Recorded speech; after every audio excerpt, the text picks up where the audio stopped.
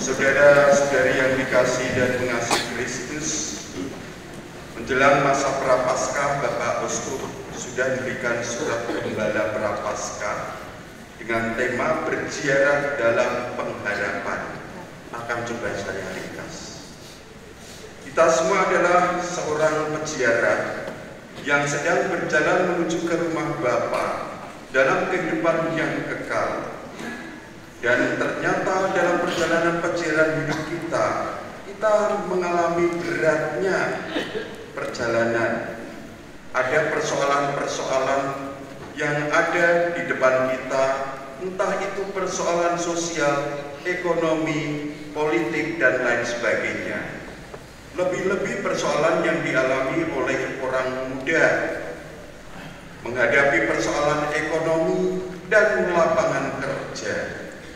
Sehingga tidak mengherankan sekarang banyak orang muda mengalami gangguan kesehatan mental, depresi, dan stres.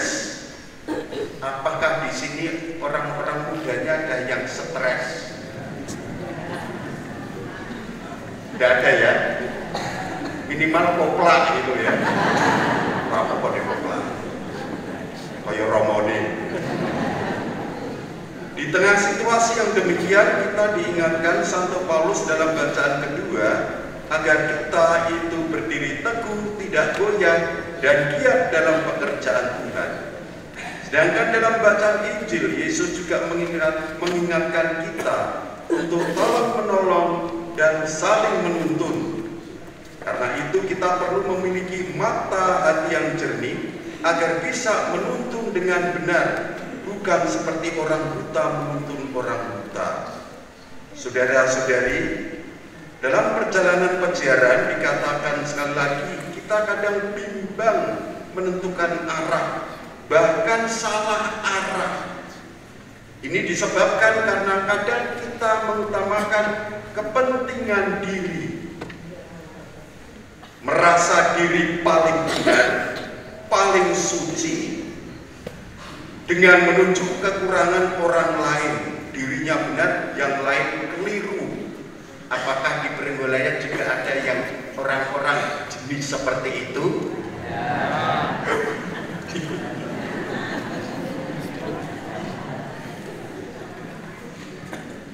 Kerapuan-kerapuan ini sungguh menghambat peziarahan, sehingga kita perlu membangun pertobatan yang sejati, mengupayakan hidup bersama yang penuh kasih setia dan damai sejahtera. Karena itu perlu kita makin rajin untuk menerima sakramen-sakramen, khususnya sakramen Ekaristi, sakramen Tobat, lalu juga tekun mengikuti doa dan renungan APP, serta melakukan kebaikan dan amal kasih.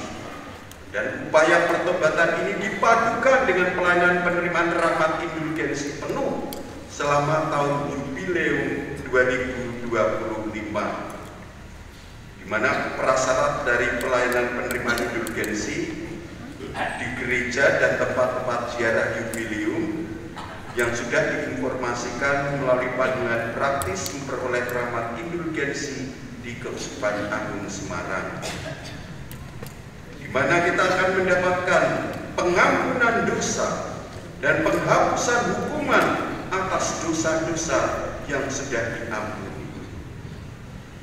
Saudara-saudari, pertobatan dan rahmat indulgensi akan bantu kita menjadi peziarah-peziarah pengharapan, di mana kita juga diundang untuk menumbuhkan pengharapan, bertahan menghadapi tantangan, dan kita yakin bahwa kebaikan masih mungkin terjadi. Tuhan tetap bekerja, Gusti ora sari.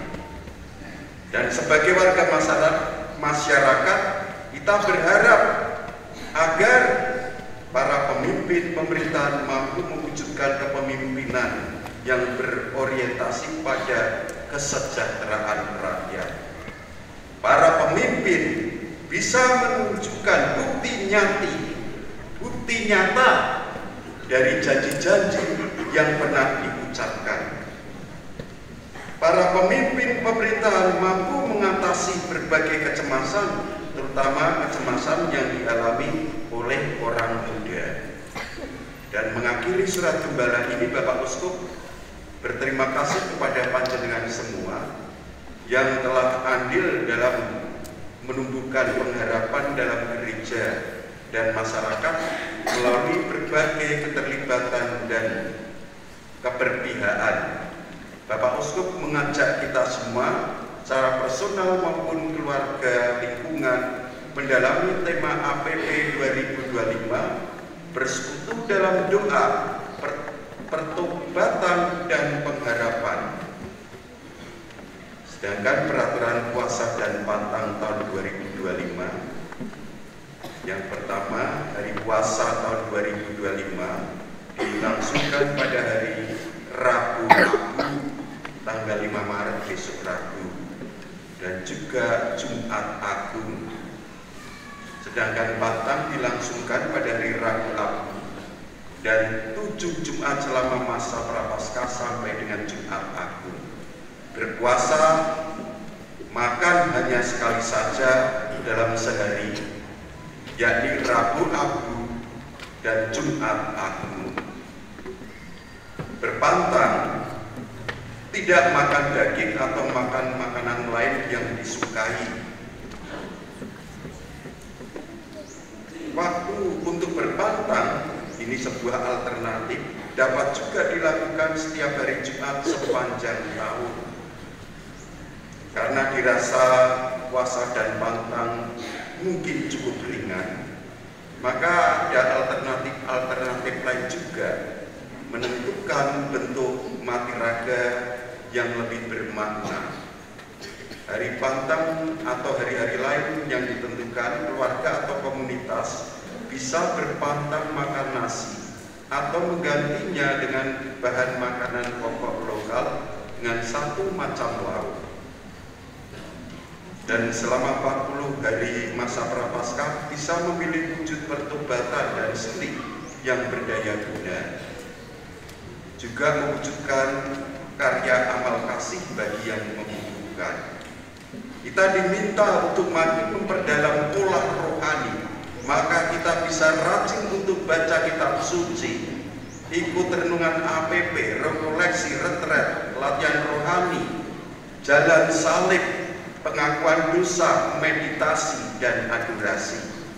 Untuk jalan salib, tiap Jumat dalam masa Prapaskah akan dilakukan sore hari, kalau di Pringgolaya, jam 5 sore dan disambung dengan Ekaristi setiap Jumat sore. Pengakuan dosa itu safari tobat yang romonya banyak, itu besok juga akan dilayani 10 romo hari Senin 24 Maret. Tema APP tahun 2025 bersekutu dalam doa pertobatan dan pengharapan, sebagaimana diuraikan dalam buku panduan renungan APP yang baru. Semarang, 27 Februari 2025, Robertus Rubiatmoko, Uskup Agung Semarang. Maka kita harus sejenak untuk meresapkan batasan. Bacaan dari kitab Sutra Siat. Kalau ayatan digoyang-goyangkan, maka sampahlah yang indah. Demikian pun pula keburukan manusia tinggal dalam bicaranya.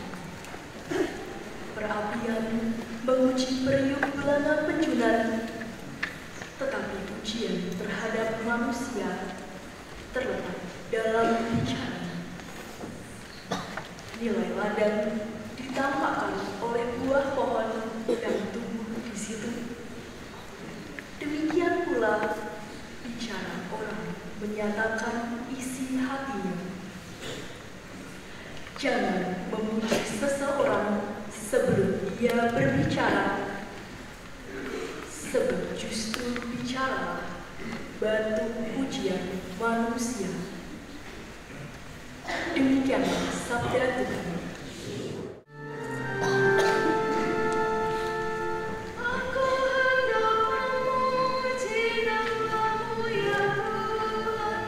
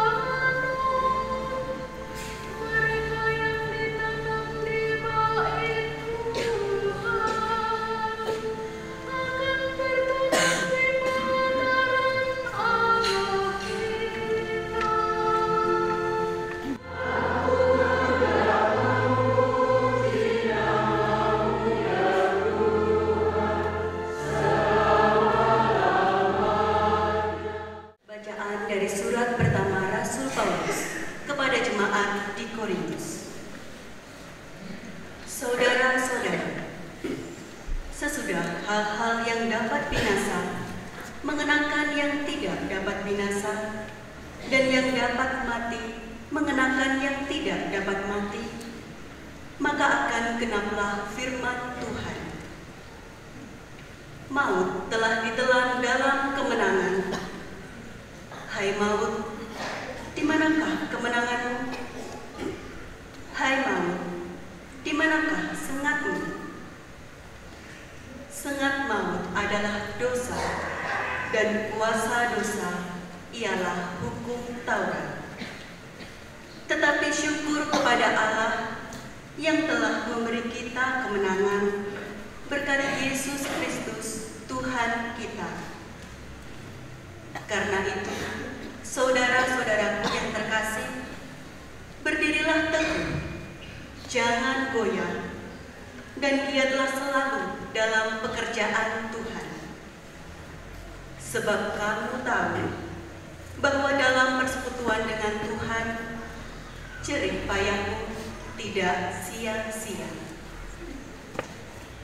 Demikianlah sabda Tuhan.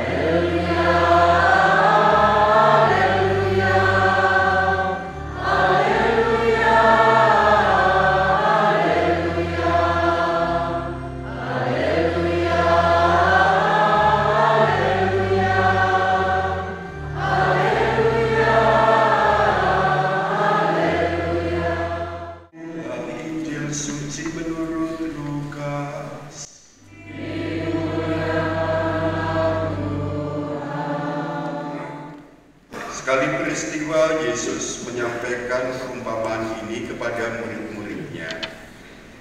Dapatkah orang buta menuntun orang buta? Bukankah keduanya akan jatuh ke dalam lubang? Seorang murid tidak melebihi gurunya, tetapi orang yang telah tamat pelajarannya akan menjadi sama dengan gurunya. Mengapa engkau melihat serpihan kayu di dalam mata saudaramu, sedangkan balok di dalam matamu sendiri tidak engkau ketahui? Bagaimana mungkin engkau berkata kepada saudaramu, "Saudara, biarlah aku mengeluarkan serpihan kayu yang ada di dalam matamu," padahal balok yang di dalam matamu tidak engkau lihat? Hei orang munafik, keluarkanlah dahulu balok dari matamu, maka engkau akan melihat dengan jelas untuk mengeluarkan serpihan kayu itu dari mata saudaramu.